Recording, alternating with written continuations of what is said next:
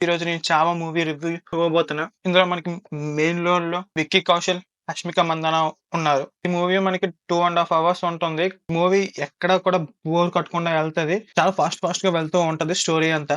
ఈ స్టోరీ మనకి 'ఛత్రపతి శివాజీ' మరణం తర్వాత ఆయన ఒక కొడుకు 'ఛత్రపతి శివాజీ' ఒక విజటమ్‌ని మొగలాయులతో ఎలా ఫైట్ చేశారా అని చెప్పి ఇందులో ఉంటది. మీలో ఎంతమందికి తెలుసు 'ఛత్రపతి శివాజీ' కొడుకు ఉన్నారని, అతను కూడా మొగలాయులతో ఫైట్ చేశారని కింద కామెంట్ బాక్స్‌లో కామెంట్ చేయండి. ఇంకా 'విక్కీ కౌశల్' పెర్ఫార్మన్స్ కోసం మాట్లాడుకుంటే వాస్ టూ గుడ్. ఆ రాజేశం గాని, ఆ రాజు కింద ఆ ఆరా గాని అండ్ ఫైటింగ్ సీన్స్‌లో ఆ రేజ్ గాని చాలా బాగుంది. అండ్ మోర్ ఓవర్ ఆ యాక్టింగ్ స్కిల్స్‌కైతే నేను ఫిదా అయిపోయాను. 'రష్మిక మందాన' కూడా బాగా పెర్ఫార్మ్ చేశారు. వీళ్ళిద్దరి మధ్య కెమిస్ట్రీ కూడా బాగా వర్కౌట్ అయింది.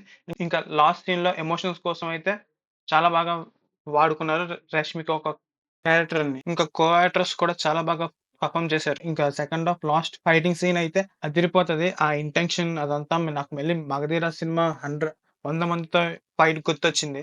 ఇంకా మనం దీంతో మూవీ అయిపోతదనుకుంటాం. కానీ కాదు, ఇంకా మూవీ ఉంటది. కాకపోతే ఇక్కడ కొంచెం వీక్ హార్టెడ్ పర్సన్స్ అయితే ఈ తర్వాత నుండి వచ్చే సీన్స్ కొంచెం చూడలేరు. ఎందుకంటే విక్కీ కౌశల్‌కి పెట్టే టార్చర్ అంత దారుణంగా ఉంటది. But it was too good and intention and emotional కూడా చాలా హైగా ఉంటాయి ఇందులో. ప్రొడక్షన్ వాల్యూ కూడా చాలా హైగా ఉంటది. అండ్ బీజీఎం కూడా పర్లేదు బానే అనిపించింది. నాకైతే పర్సనల్లీ కొంచెం ఎక్స్‌ప్లోర్ చేయాల్సింది స్టోరీని. ఎందుకంటే పర్సనల్‌గా నాకైతే ఈ స్టోరీ ఇవన్నీ తెలీదు కాబట్టి కొంచెం ఇంకా ఎక్స్‌ప్లోర్ చేయాల్సింది స్టోరీని గాని, ఇంకా పక్కనున్న క్యారెక్టర్స్‌ని కానీ. కాకపోతే స్టోరీ మాత్రం మీకెక్కడ తగ్గదు. మంచి హైప్ ఇస్తూనే ఉంటది. ఎక్కడ బోర్ కూడా కొట్టదు. It's worth to watch it. So, yeah! Compulsory cinema హాల్‌కెళ్ళి చూడండి. కాకపోతే ఇది హిందీలో అయితే రిలీజ్ అయింది. So, yeah! ఇలాంటి కంటెంట్ కోసం లైక్, షేర్, సబ్స్క్రైబ్ చేసుకోవడం మర్చిపోకండి.